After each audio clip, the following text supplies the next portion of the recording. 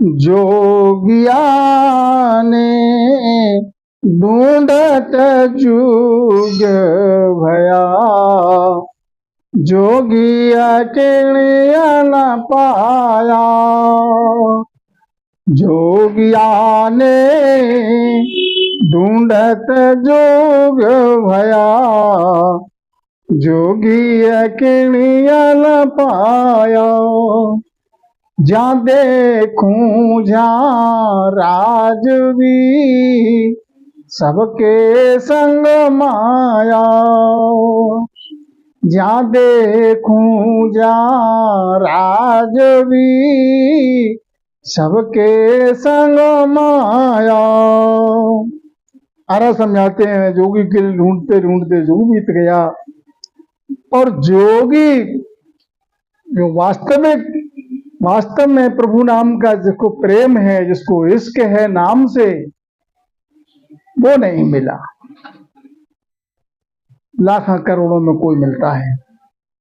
जहां देखूं जहां राजवी, सबके संग माया। जिसके लिए देखा वो सब राजवृत्ति वाले मिले, सबके संग माया से लिप्त मिले। उस परम पद की चाह तो बहुत कम पुरुषों में पाई जाती है, कम जीवों में पाई जाती है। करता को जोगी कहते हैं, करता जोगी नहीं। मैं देखा गुरु ज्ञान में, सब माया माही। कर्ता पद के लिए पा लेना, ये महाराज समझाते संसार में उसी को जोग कहते हैं। लेकिन कर्ता पद तक पहुंच होने पर भी वो जोग नहीं है। वहां से आवागमन, वहां तक पहुंचने से आवागमन से रहित नहीं हो सकते। तो सतगुरु जी महाराज समझाते हैं कि मैं देखा गुरु ज्ञान में, मैंने गुरु ज्ञान में गुरुगम से पाया कि सब माया माही, सब माया के माही में लिप्त हैं। यहाँ तक माया का पसारा है, जहाँ तक ब्रह्मा विष्णु महेश शक्ति इनका राज है, वहां तक माया साथ में है।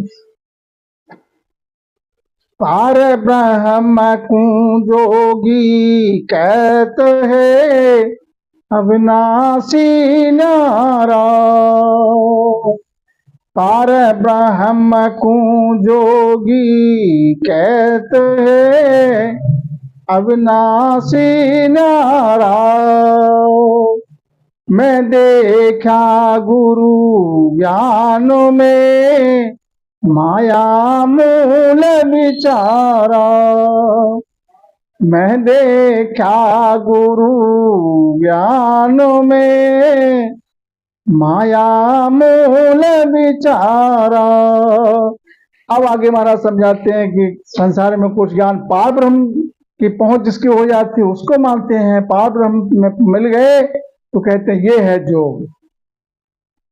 तो महाराज समझाते हैं कि वो यहां तक भी आवागमन है। जो अविनाशी पद है वो तो न्यारा है। मैं देखा गुरु ज्ञान में, मैंने गुरु ज्ञान में देखा, गुरु गम पाई जब जोया कि माया मूल विचार। पार ब्रह्म तक पहुंच होने पर भी ये माया का मूल है यहाँ पर, क्योंकि पार ब्रह्म तक मोक्ष तो हो जाती है एक समय के लिए, निश्चित समय के लिए। जब सृष्टि का फिर से सृजन होता है तो पार ब्रह्म से इस हंस के लिए संसार में आना पड़ता है, जन्म लेना पड़ता है। ये माया का मूल है। पार ब्रह्म तक से भी, पार ब्रह्म तक की पहुंच होने पर भी ये हंस जो है अनंत समय के लिए आवागमन से रहित नहीं हो पाता है। कैसे? जो जल से सब उपजे, विष मरत दोई। ज्यों जल से सब उपजे, विष मरत दोई। यूं माया पार ब्रह्म सु, प्रगट कहूं तोई। यूं माया पार ब्रह्म सु प्रगट कहूं तो जिस प्रकार से जल से सब चीज निपजती है, जिस प्रकार से माने एक बीज से जो फल लगता है वो कड़वा आता है, एक बीज से मीठा फल जो पेड़ उत्पन्न होता है उससे मीठा फल लगता है। लेकिन जल दोनों के लिए चाहिए, एक ही जल से सब उपजता है, विष और अमृत। इसी प्रकार महाराज समझाते हैं, यूं माया पार ब्रह्म सु, इसी प्रकार से पार ब्रह्म जो है वो जल रूप है, यहां से आवागमन रहता है, माया का अंश रहता है। जुग में जोगी को नहीं सब घर वारी, जुग में जोगी को नहीं सब घर वारी, तीवर मद बैराग है माया अंधकारी, तीवर मद बैराग है माया अंधकारी। युग में जोगी कोई नहीं, महाराज समझाते हैं, जब तक वो परम पद तक पहुंच नहीं होती है तब तक वो माया के अधिकार में है। युग में जोगी को नहीं सब घरवारी, सब माया के लारे हैं। तीव्र बैराग और मध्य बैराग ये भी माया के अधिकार में है। फिर कब पहुंचेगा, कौन पहुंचेगा, कैसे पहुंचेगा, अगली साख में महाराज निर्णय देते हैं। केवल ज्ञान बैराग है माया सुवारे, केवल ज्ञान बैराग है माया सुवारे, सो जोगी सुख राम के ऐसी मत धारे,